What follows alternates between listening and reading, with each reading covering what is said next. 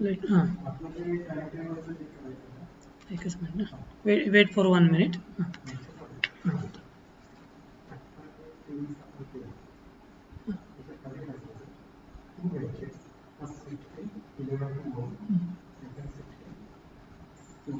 To to 4.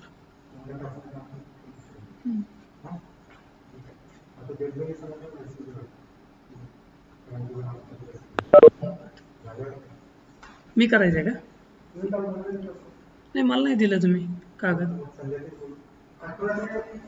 तर हां, तसंच करू ना फक्त. ठीक. 2 बॅचेस चालते. Okay.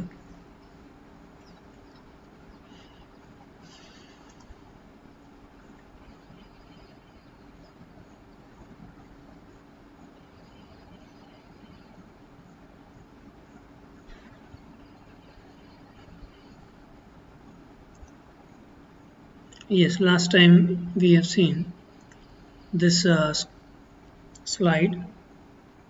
Let us just have a recap on this. There were 14 facial bones, and all these bones are irregular in shape. Then it is present at various positions in our face, like cheek, like nose, like lateral sides, that is temple, upper and lower jaw bones, where all these bones are present. Then we have listed them into number of bones. Then we have seen the dental formula of human being, 2:1, 1:2, 2:3. We have also discussed which teeth are present in our upper and lower jaw and their number. Means 8 are present in one half of the upper jaw, 8 are present in the lower half of the lower jaw, and obviously on the other half 8 and the other half 8. So overall 16 plus 16, 32 teeth are present. Then we have just discussed these regions present in the vertebral column. Those were cervical region, thoracic region, lumbar region, sacral region, and coccyx. Right? Now, can anybody tell me, if you have written yesterday, about the number of vertebrae present in the respective areas? Cervical region मध्ये किती vertebrae असतात?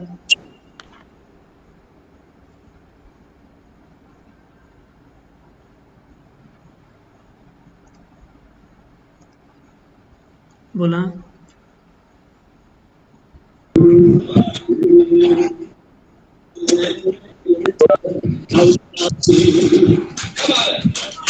Speaking. Sonia तुझा microphone on आहे, बंद करा.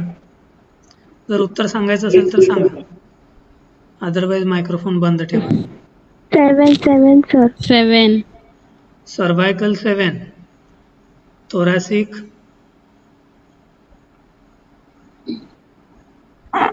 12 sir. lumbar 5. lumbar किती? 5 sir. sacral 5. आणि coccyx 4.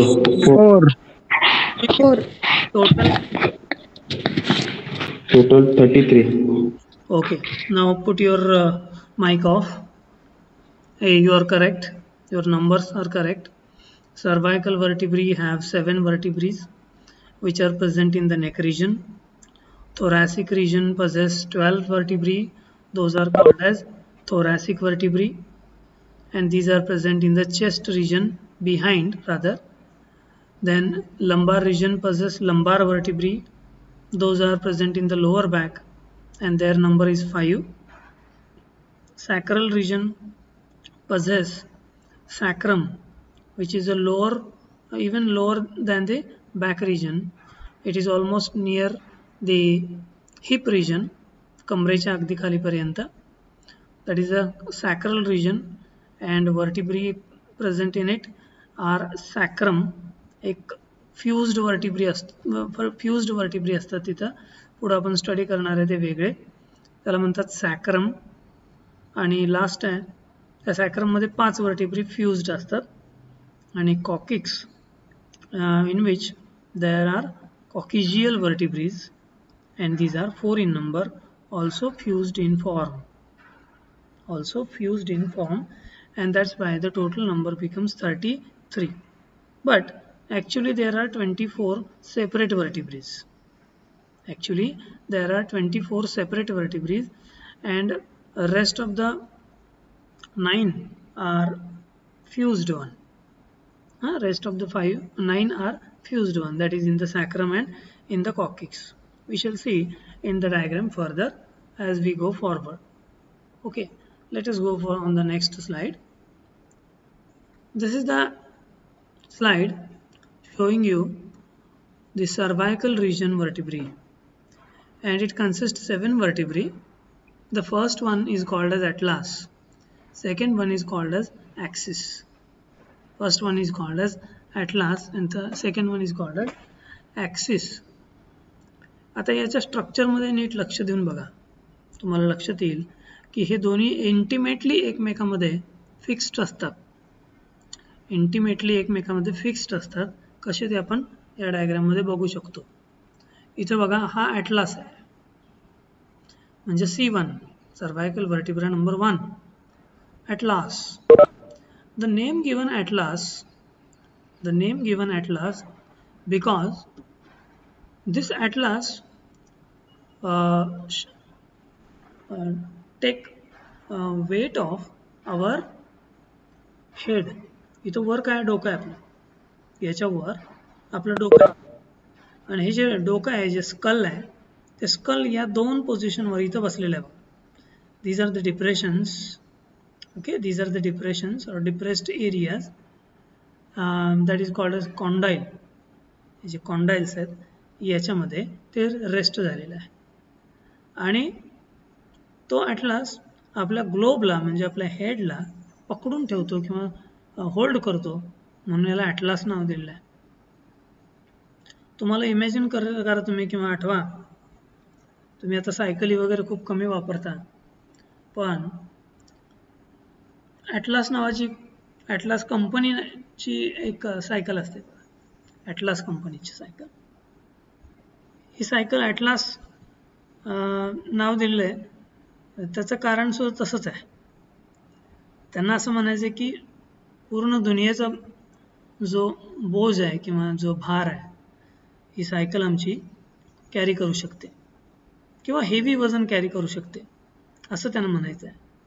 म्हणून त्यांनी किंवा कदाचित कंपनीला ॲटलास नाव दिलं आहे. आणि त्या सायकलच्या मागच्या चाकाच्या मडगार्डवर एक लोगो असतो, त्या लोगोवर एक माणूस पृथ्वी खांद्यावर घेऊन बसलेला आहे असं दाखवलेलं आहे. याचा अर्थ काय, तो जो ग्लोब आहे, ती पृथ्वी आहे, ती त्यानं सांभाळलेली आहे, हँडल केलेली आहे, म्हणून याला ॲटलास असं म्हणतात.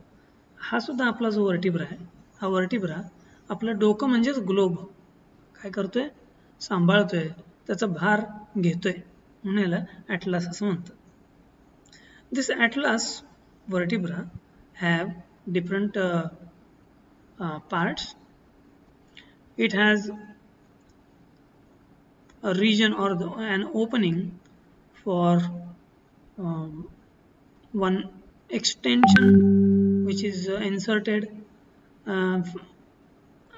by the axis bone किंवा axis vertebra जो आहे, याचा हा जो एक्सटेन्शन आहे किंवा हे जे हा जो एरिया आहे, this area is a very specific one, किंवा तो जो एरिया एक्सटेंडेड पार्ट त्या बोनचा, तो वरच्या ॲटलास बोनमध्ये इन्सर्ट होतोय. याला म्हणतात ओडोंटॉइड प्रोसेस. याला म्हणतात odontoid process. And this odontoid process inserted anywhere here. खालून या एरियामध्ये तो इन्सर्ट होतो. आणि इकडचा जो थोडा राहिलेला जो कॅव्हिटीचा भाग आहे, या ॲटलासमध्ये आहे. हा जो कॅव्हिटीचा रिजन आहे, this is meant for spinal cord to go down. याच्यातून खाली स्पायनल कॉर्ड जाणार आहे. त्यामुळे हा एरिया हा स्पेशल एरिया आहे की जो बाकीच्या वर्टिब्रीमध्ये तुम्हाला मिळणार नाही. याला म्हणतात ओडोंटॉइड प्रोसेस. ओडोंटॉइड प्रोसेस ही जो या ओपनिंगमध्ये या कॅनलमध्ये इंट्रोड्यूस केला जातो, कारण हा ॲटलास हा ॲक्सिसवर रेस्ट होतो. ठीक आहे. दुसरे पार्ट बघा. It also possesses transverse process. हा जो हातासारखा भाग आहे इकडं आणि या बाजूला इकडं, या दोघांना म्हणतात transverse process. These transverse processes are meant for attachment of neck muscles. कारण हे मानेमधले वर्टिब्री आहेत ना, त्यामुळे हा एरिया एवढा हा मानेमधले जे मसल्स असतात ते मसल्सना अटॅचमेंट प्रोव्हाइड करण्यासाठी दिला जातो. हे जे आहेत रिजन्स, म्हणजे हे मगाशी आत्ता बोललो आपण, याला म्हणायचं फॅसेट्स. Facets for articulation. काय? Facets for articulation. काय आर्टिक्युलेट होतं इथं? आपल्या ग्लोबचा जो एरिया आहे, तो ग्लोबचा एरिया की जिथं तो रेस्ट होणार आहे,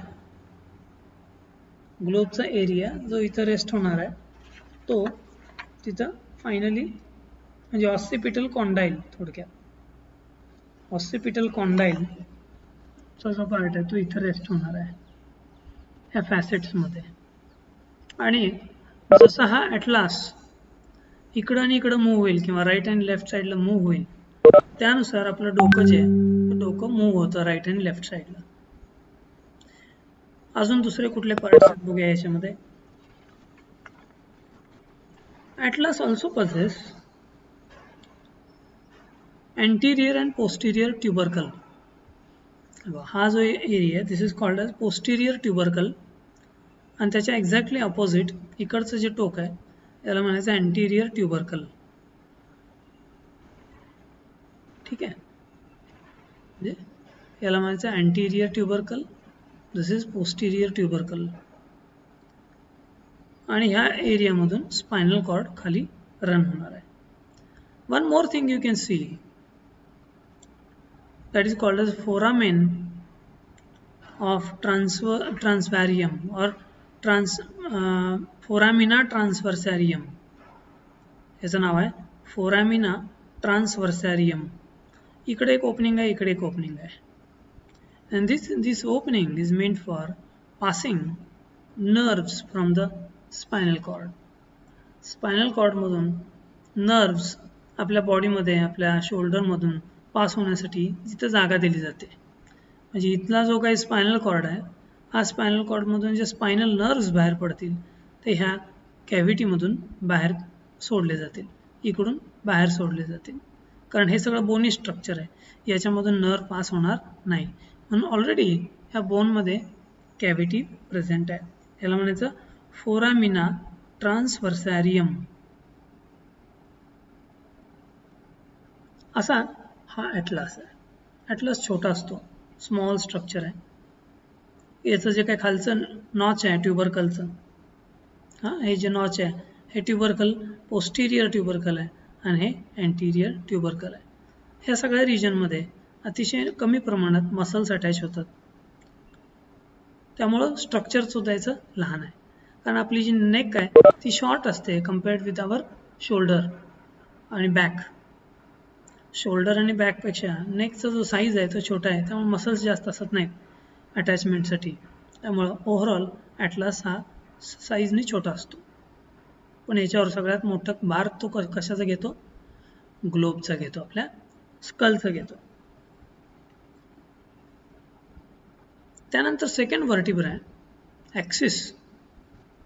सेकंड आहे ॲक्सिस. ॲक्सिस हा स्टेडी असतो, ॲक्सिस हलत नाही. ॲक्सिस बरोबरच सगळे त्याच्या खालचे सगळे वर्टिब्री, कुठलेच वर्टिब्री हलत नाहीत.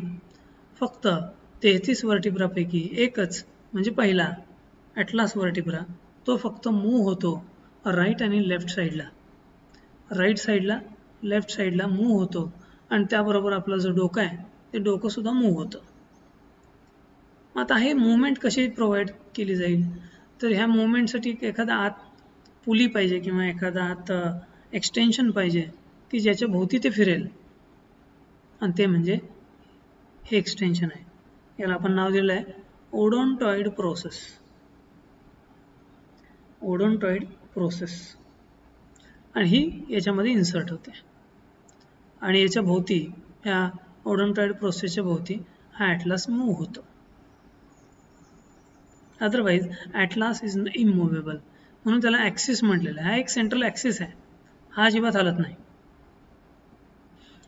Now, apart from this odontoid process, it also have facets for articulation. हे दोन फॅसेट्स आहेत आर्टिक्युलेशनसाठी. इथं काय आर्टिक्युलेट होणार, इथं वरचा वर्टिब्रा म्हणजे ॲटलास काय होणार, आर्टिक्युलेट होणार. फार डिप्रेस्ड नाही आहे, हे जे फॅसेट्स आहेत ते खूप खोलगट नाही आहेत, कारण हा ॲटलास जो आहे तो मूव्ह होतो इकडं राईट अँड लेफ्टला, त्यामुळे जास्त खोलगटपणा त्याच्यामध्ये नाही.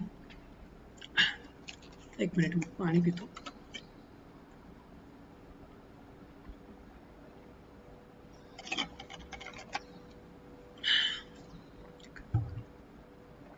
ओके, अजून काय बघा, या ॲक्सिसमध्ये देअर इज अ स्पाइन. ॲक्सिसमध्ये इथं स्पाइन प्रेझेंट आहे, म्हणजे इथं ट्युबरकल जिथं होता ॲटलासमध्ये, instead of here this tubercle, there is a bifid there is bifid spine. बायफिड म्हणजे दोन टोक आहेत. ओके, दोन टोक आहेत. दोन टोक असल्यामुळं ह्याला बायफिड स्पाइन, दोन टोकाचा स्पाइन असं म्हटलेलं आहे.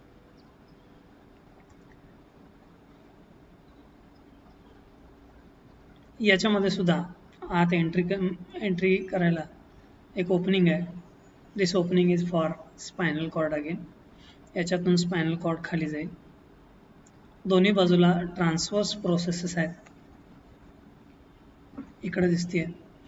या बाजूला डायग्राममध्ये दिसणार नाही, पण इकडे या बाजूला इकडे आहे ट्रान्सवर्स प्रोसेसेस. हे ट्रान्सवर्स प्रोसेसेस कशासाठी आहेत, again it is for attachment of muscles. इथं सुद्धा ओपनिंग दिसतंय, तसंच ओपनिंग या बाजूला सुद्धा आहे. That is called as foramina ट्रान्सव्हर्सॅरियम.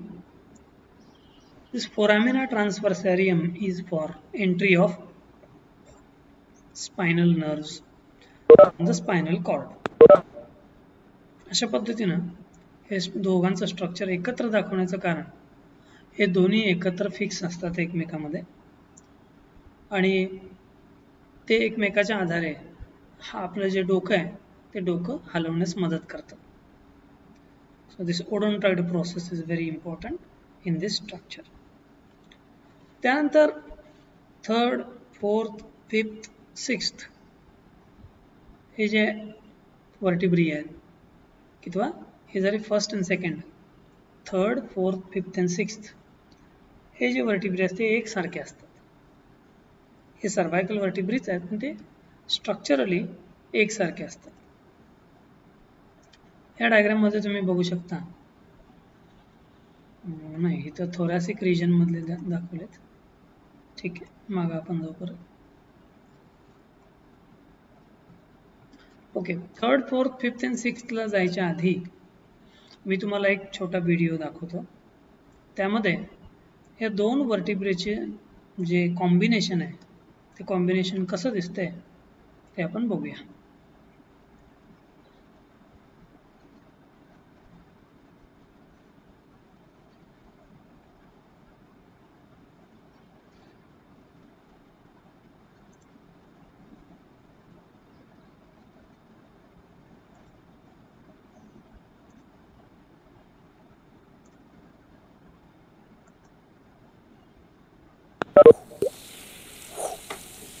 हा व्हिडिओ बघा सगळ्यांनी.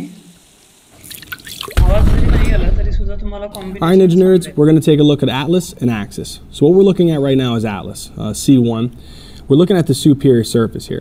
If you look at the superior surface, we have these little depressions here. These are called. Okay, मी तुम्हाला याच्याबद्दल माहिती सांगतो. जसं तो माणूस तुम्हाला जो दाखवतोय, हे बघा, हे दोन फॅसेट्स आहेत. हा कुठला वर्टिब्रा आहे? हा ॲटलास वर्टिब्रा आहे पहिला. हे दोन फॅसेट्स आहेत, हा आणि हा. या फॅसेट्समध्ये आपलं हेड जे आहे ते लॉज होणार आहे, बसणार आहे, फिट होणार आहे. हे दोन जे आहेत इकडचे ट्रान्सवर्स प्रोसेसेस आहेत. आणि हे जे कॅव्हिटी आहे ते कॅव्हिटी म्हणजे फोरामिना ट्रान्सव्हर्सॅरियम. ठीक आहे. त्यानंतर इकडे बघा, पोस्टिरियर ट्युबरकल, अँटिरियर ट्युबरकल, हे लॅमिना आहेत. त्यानंतर इथून ते वरचा कॅव्हिटीचा पार्ट एवढा, हा जो कॅव्हिटीचा पार्ट आहे, दिस part is for odontoid process. हा पार्ट जो आहे ओडोंटॉइड प्रोसेससाठी आहे. आणि खालचा जो कॅव्हिटीचा पार्ट आहे, दिस लोअर पार्ट, आता त्यांनी उलटा केला वर्टिब्रा, हा जो पार्ट आहे this is for spinal cord to enter. खालच्या बाजूला तुम्ही बघू शकता इन्व्हर्टेड डिप्रेशन्स आहेत की जे ॲक्सिस वर्टिब्रामध्ये फिट होणार आहेत. ओके, ॲक्सिस वर्टिब्रामध्ये फिट होणार आहेत. म्हणजे ह्या ट्रान्सवर्स प्रोसेसेस, हे फोरामिना ट्रान्सव्हर्सॅरियम, हे अँटिरियर ट्युबरकल, पोस्टिरियर ट्युबरकल, हे लॅमिना, हे सगळे लॅमिना. त्यानंतर हे facets for articulation. This is the cavity for odontoid process.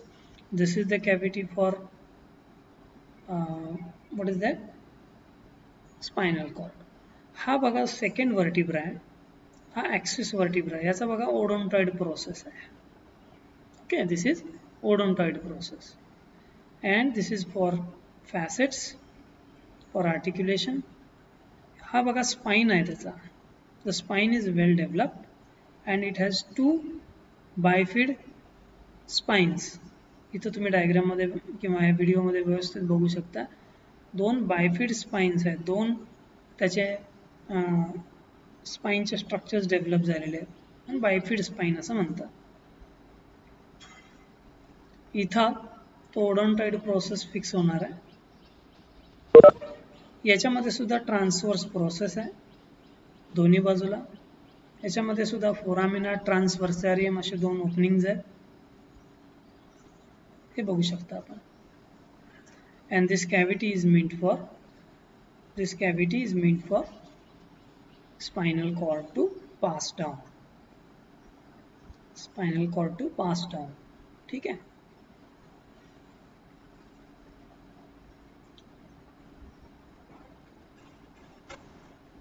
Spinal cord, and then again there's your vertebra foramen where the spinal cord runs through. Okay, so that's our C2 or axis. All right, guys, so now I wanted to show you the articulation between C1 and C2 or Atlas and Axis. So this diagram shows the articulation between 2 vertebrae. हा जो खालचा आहे तो axis आहे, वरचा जो आहे तो ॲटलास आहे. बघा, ॲटलासच्या ह्या एरियामध्ये ओडोंटॉइड प्रोसेस फिक्स झालेला आहे. आणि जसं आपण डोकं मूव्ह करणार आहे त्या पद्धतीनं हे मूवमेंट दाखवतात. बघा पुढं,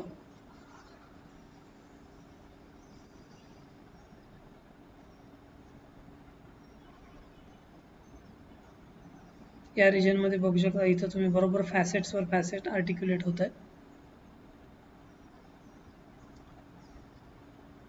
आणि हेडची मूवमेंट राईट आणि लेफ्ट साईडला आपल्याला इथून करता येते.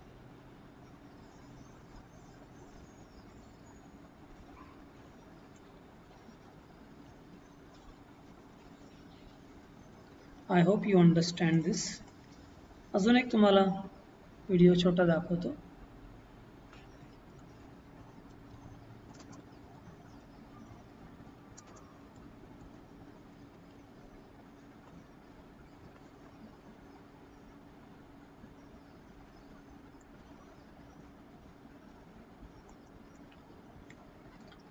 This is typical cervical vertebra.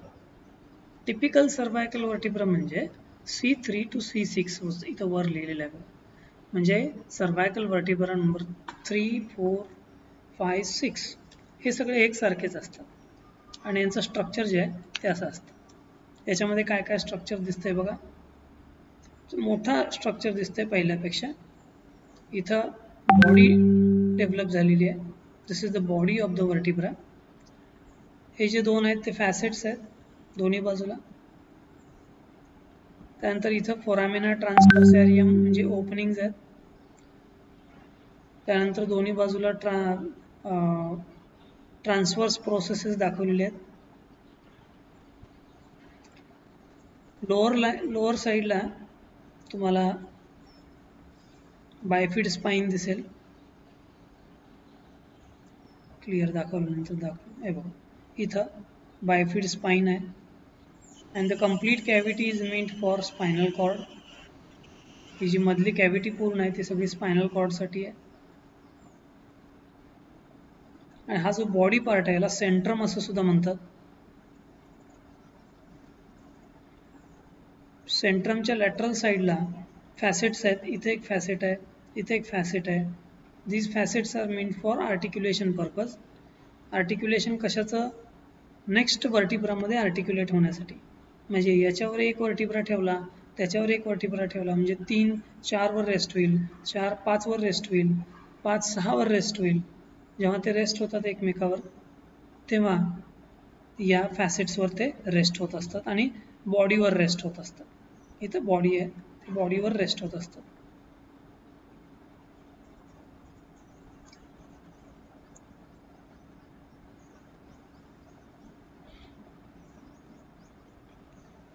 हे जो स्पाइन आहे तो स्पाइन सुद्धा नेक मसल्सना एरिया प्रोव्हाइड करतो अटॅचमेंटसाठी.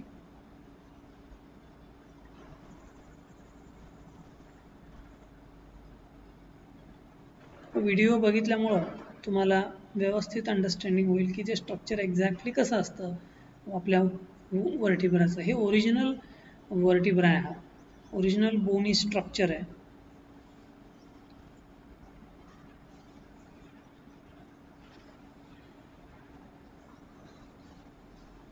सगळ्यात महत्त्वाचे स्ट्रक्चर्स परत रिपीट करतो मी. This is the centrum of the vertebra और it is also called as body. These are transverse processes present on either side.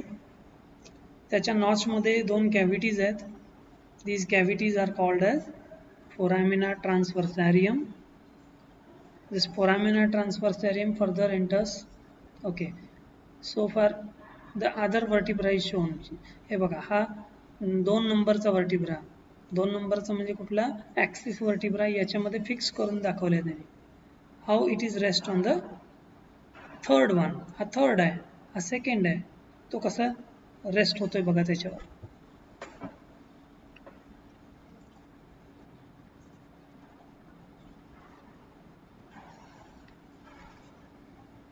पहिल्या 2 वर्टिब्रीमध्ये बॉडी असत नाही. इट असेल तर अतिशय ती कमी असते, छोटी असते किंवा सेंट्रम असत नाही. पण थर्ड पासून हा सेंट्रम मात्र चांगला डेव्हलप झालेला आहे आणि तो पुढच्या कॉन्झिक्युटिव्ह वर्टिब्रीमध्ये रेस्ट होतो. तर आपण पार्ट्स बघत होतो. बायफिड स्पाइन, हे जे आहेत ते लॅमिन आहेत, हे फॅसेट्स आहेत, facets for आर्टिक्युलेशन.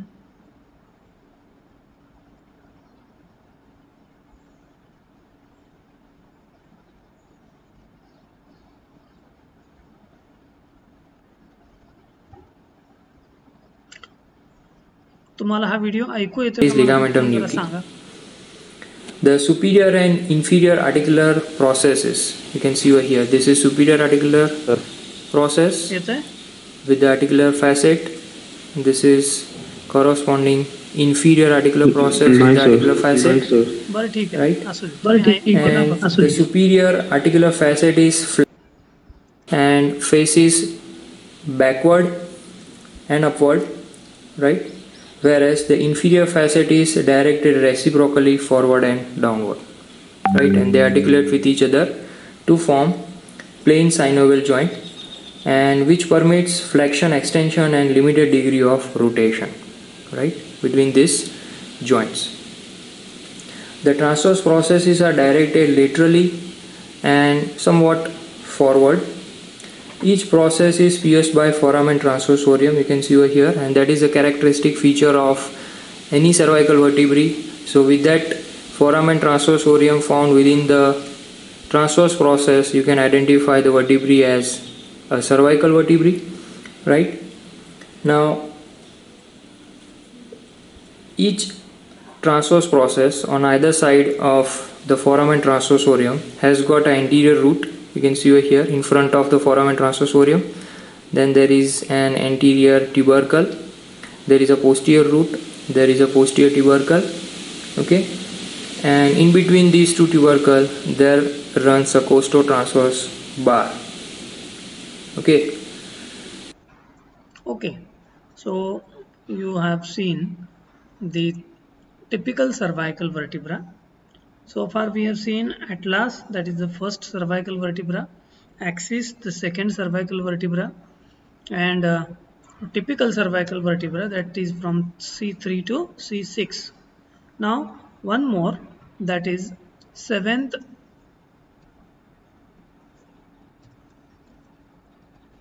cervical vertebra. Now it is again different from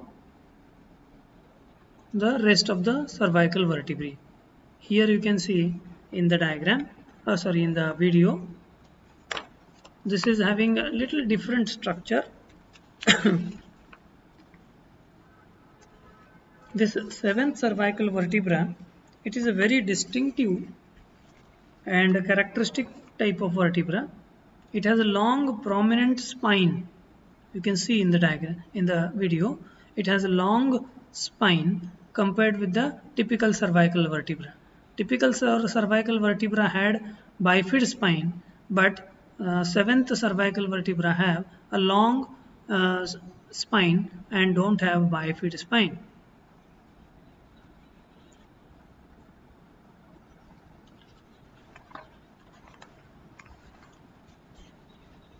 Now the transverse processes are also present, and which are considerably larger compared with the other vertebrae. हे बघा इथं TP transverse processes हे थोडेसे मोठे आहेत ह्या typical cervical vertebrae पेक्षा.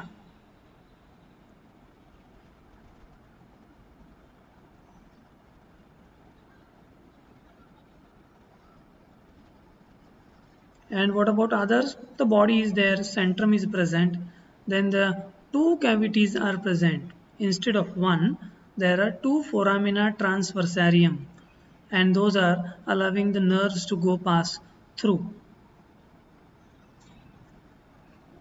This spine gives or allows lot of muscles to attach, and it also come out a little bit outside the body.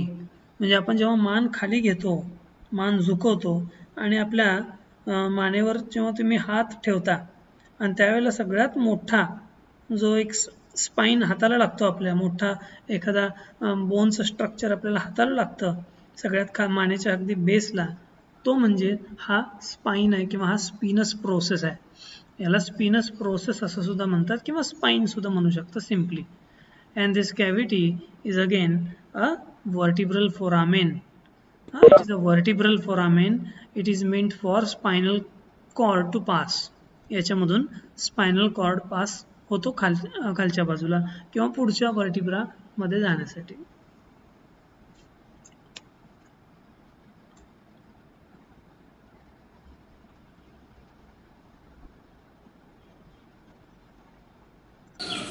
Okay, it provides attachment to levator costarum, right? So this is regarding the bony features and some of the important attachments of the C7 vertebrae, right? Its identification point and all. Hope you understood well. Thanks for watching. Okay, so far in this lecture, so we learned 3 vertebrae, rather 1, 2, 3 and 4 types of vertebrae of the neck region. These are the cervical vertebrae. So first vertebra was atlas, second vertebra was axis, third to sixth vertebrae is a typical cervical vertebra, and last one is the seventh cervical vertebra. म्हणजे आपल्या मानेमध्ये 7 vertebrae आहेत, पण त्यांच्यामध्ये variation 4 वेगवेगळ्या प्रकारचे आहेत. Okay, 4 वेगवेगळ्या प्रकारचे वर्टिब्री प्रेझेंट आहेत की ज्याचे स्ट्रक्चर्स आपण बघितले. I hope you understood the concept what we learned today in the vertebral column part, and that first was about cervical region. समजलं का? नावं लक्षात आली का? रिजनची वेगवेगळ्या पोझिशनची नावं लक्षात आली का?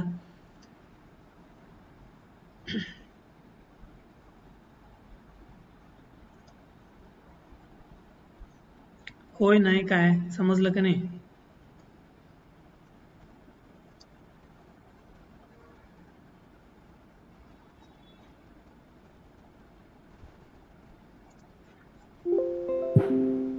People are there, but they are not talking at all.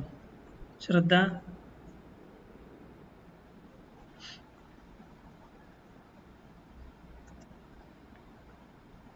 Bar, ठीक है.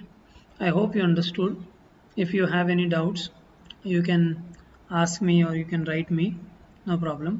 फक्त असाइनमेंट म्हणून तुम्ही काय करा आता की हे जे वर्टिब्रीचं आपलं जे लर्निंग चालू आहे, तर तुम्ही तुमच्या यूट्यूबवर सर्च करा, हे वर्टिब्रीची नावं आहेत ती सर्च करा आणि त्याच्याशी रिलेटेड छोटे छोटे जे व्हिडिओ आहेत ते बघा, ते ऐका. तुम्हाला खूप इझिली त्याच्यातले जे आणखीन डिटेल्स जे आहेत किंवा स्ट्रक्चर ॲक्च्युली, कारण आपण 2 डायमेन्शनल व्ह्यूमध्ये दाखवण्यापेक्षा 3D मध्ये ते खूप चांगल्या पद्धतीनं सांगितलेले आहेत. आपल्याकडे ते वर्टिब्री नाही आहेत लॅबमध्ये, नाही तर मी तुम्हाला त्याचे व्हिडिओ तयार करून पाठवले असते, but they are already there on the YouTube. You can take help of these videos.